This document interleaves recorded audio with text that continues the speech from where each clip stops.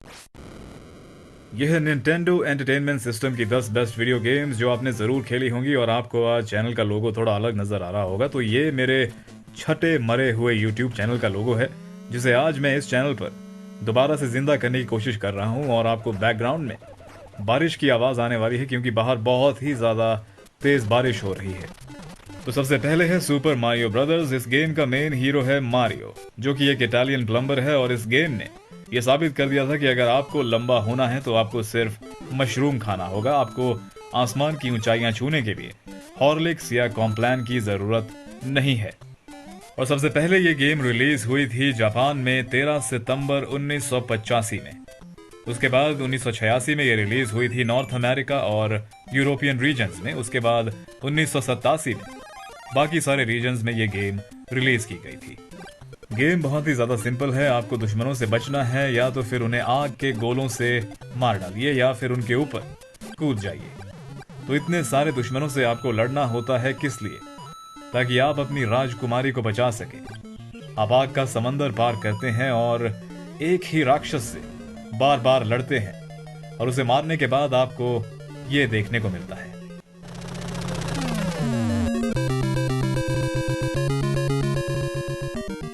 Thank you पर राजकुमारी दूसरे किले में है।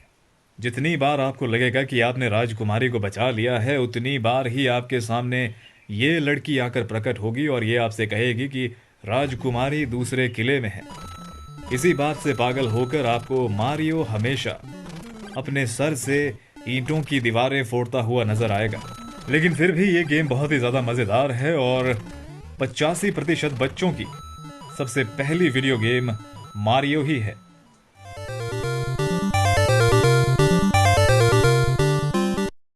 और ये है कंग फू, जिसे 100 में से 35% लोग जानते हैं स्पार्टन एक्स के नाम से। ये गेम आई थी 18 अक्टूबर 1985 में।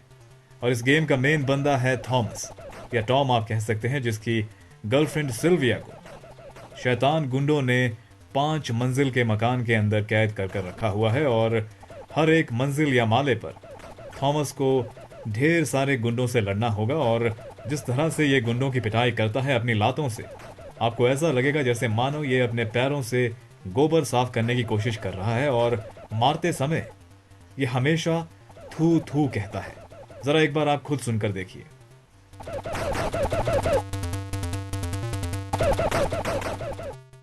या तो इस गेम के गुंडे बहुत ही ज्यादा मलीच और गंदे किस्म के लोग हैं, या फिर थॉमस के पैरों में सचमुच गोबर लगा हुआ है। और इन सभी गुंडों को मारने के बाद आपको लड़ना होगा छड़ी वाले मास्टर के साथ। अगर आपने इस मास्टर से मार खाई तो आपको इसकी गंदी हंसी सुनने को मिलेगी।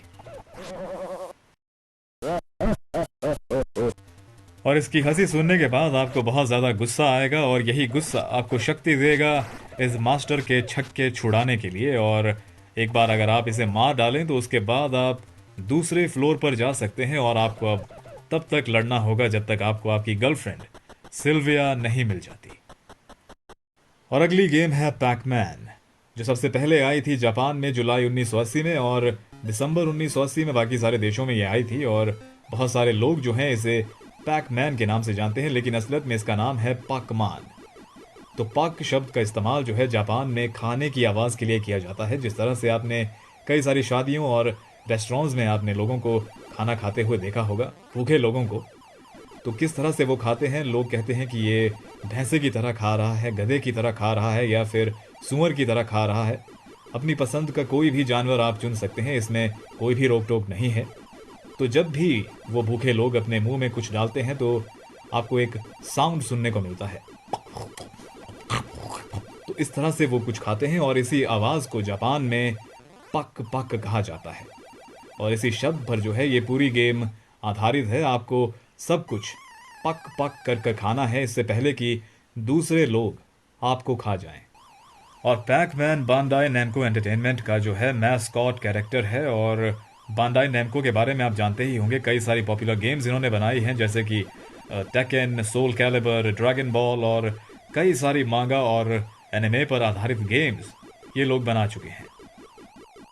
और ये है रोड फाइटर, जिसका असली नाम है रोदो फाइटा। और ये गेम आई थी नवंबर 1984 में आर्केड्स के लिए, और 1985 में निंटेंडो के लिए ये रिलीज हुई थी। और देखने में ये गेम बहुत ही ज़्यादा सिंपल लगती है, लेकिन है बहुत ही ज़्यादा मुश्किल। आपको वक्त और फ्यूल खत्म होने से पहले जो है फिनिशिंग लाइन को पार करना होता है, लेकिन कई सारे पागल बदमाश स्पोर्ट्स कार वाले लोग जो हैं आपको फिनिशिंग लाइन तक पहुंचने नहीं देंगे। वो आपको सड़क की दूसरी तरफ धकेलने की कोशिश करेंगे, और आपकी कार अगर सड़क की दूसरी तरफ जाती है तो आपकी कार ब्लास्ट हो जाएगी। और इस सब के अलावा सुपरमैन का दूर का रिश्तेदार भी आपका ध्यान भटकाने की कोशिश करेगा, और सड़क पर आपको ग्रीस मिलेगी, कई सारे गड्ढे आपको मिलेंगे, और कई सारे पागल ट्रक ड्राइवर भी आपकी जान के पीछे पड़े होंगे। लेकिन इस सब के बावजूद भी अपने ज़माने की एक बहुत ही ज़्यादा पॉपुलर ये गेम है, और उतनी ही ज़्यादा मज़ेदार भी है। और ये है Ninja Gaiden 2 the Dark Zone of chaos.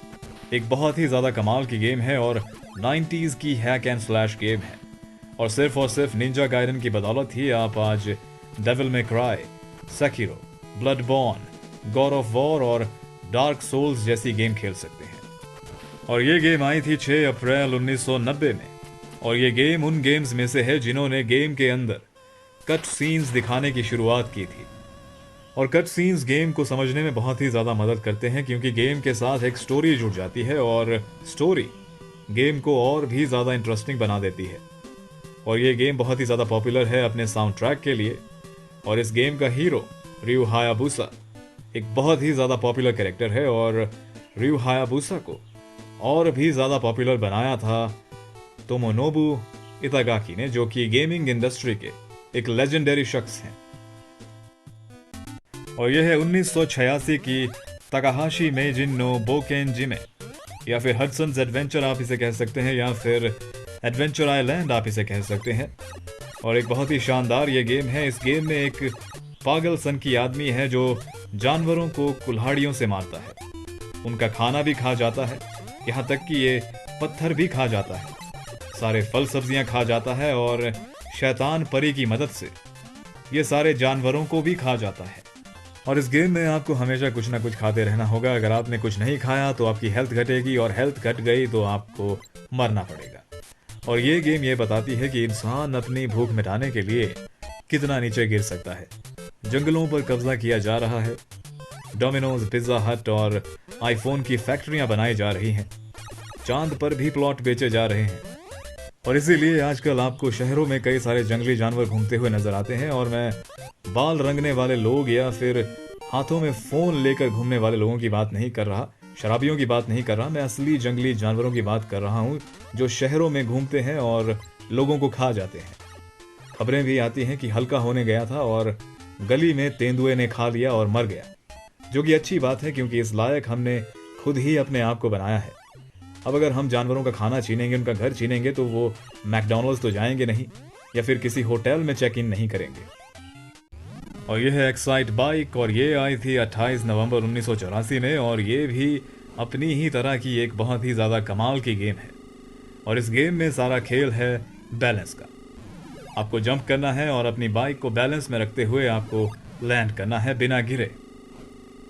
और जिस तरह से ये शख्स गिरकर अपनी बाइक पर दोबारा बैठता है वो काबिल तारीफ है, जो कि ये दर्शाता है कि किसी ज़माने में लोग बहुत ही ज़्यादा मजबूत थे, उन्हें छोटी मोटी चोट लगने पर कोई भी फर्क नहीं पड़ता था।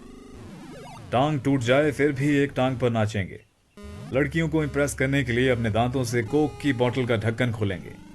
लोग बहुत ही ज़्यादा मजबूत हुआ करते थे। पूरे साल लातें, थप्पड़, डंडों से पिटाई होने के बावजूद भी लोग साइकिल पर घूमने जाया करते थे अपने दुश्मनों की मर्डर की प्लानिंग करने के लिए। लेकिन आजकल के लोगों में वो बात नहीं है। लोग बहुत ही ज़्यादा सॉफ्ट हो चुके हैं और उससे भी ज़्यादा आलसी हो चुके हैं। अगर कोई अपने घर के आंगन में भी गिर जाए तो वो खुद नहीं उठता। जब तक 10-12 लोग उसे उठाने नहीं आते वो वहीं पड़ा रहता है। और उठने के बाद फेसबुक पर स्टोरी जाएगी, इंस्टाग्राम पर टूटे हुए नाजुक पैर की तस्वीरें जाएंगी, और फिर दिलासे और दया की भीख मांगी जाएगी। तब जाकर जो है शख्स ठीक होता है।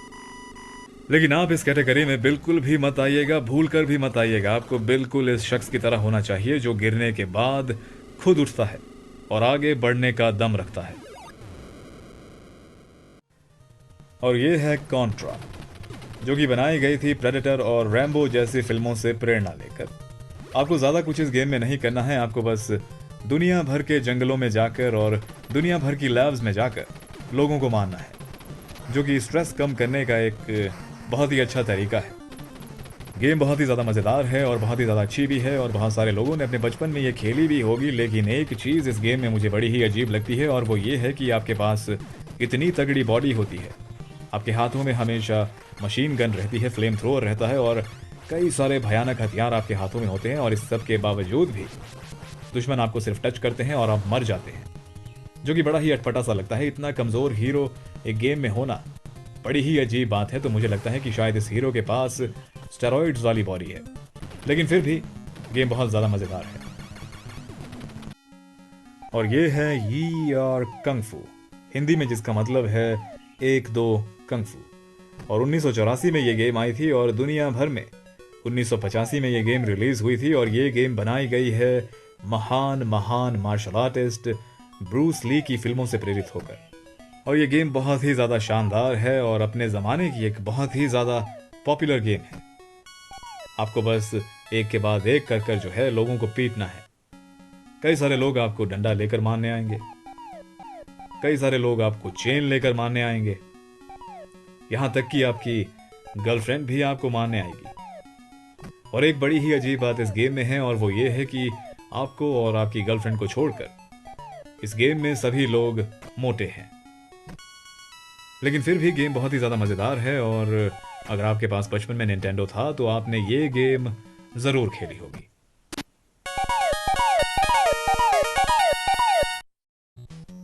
और ये है डबल ड्रैगन 2 द रिवेंज।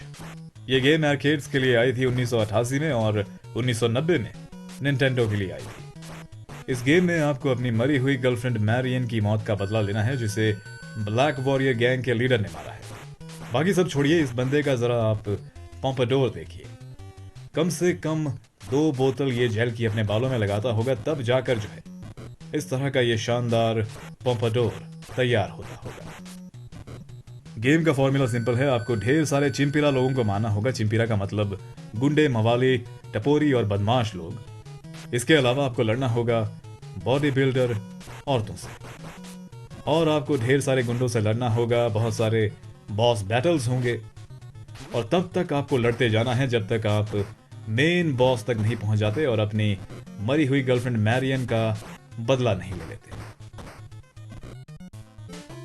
और भी कई सारी गेम्स थी जिनके बारे में आपको मैं बताना चाहता था, लेकिन अफसोस इस वीडियो में उन्हें जगह नहीं मिल पाई, क्योंकि मैं एक लंबा वीडियो नहीं बनाना चाहता था और लंबा वीडियो बनाकर मुझे आपका वक्त जो है ज़्यादा बर्बाद नहीं करना है। तो इसीलिए पर्ची वाले सिस्टम से जो है मैंने ये कुछ गेम्स को सेलेक्ट किया और उन्हें आपके सामने पेश किया।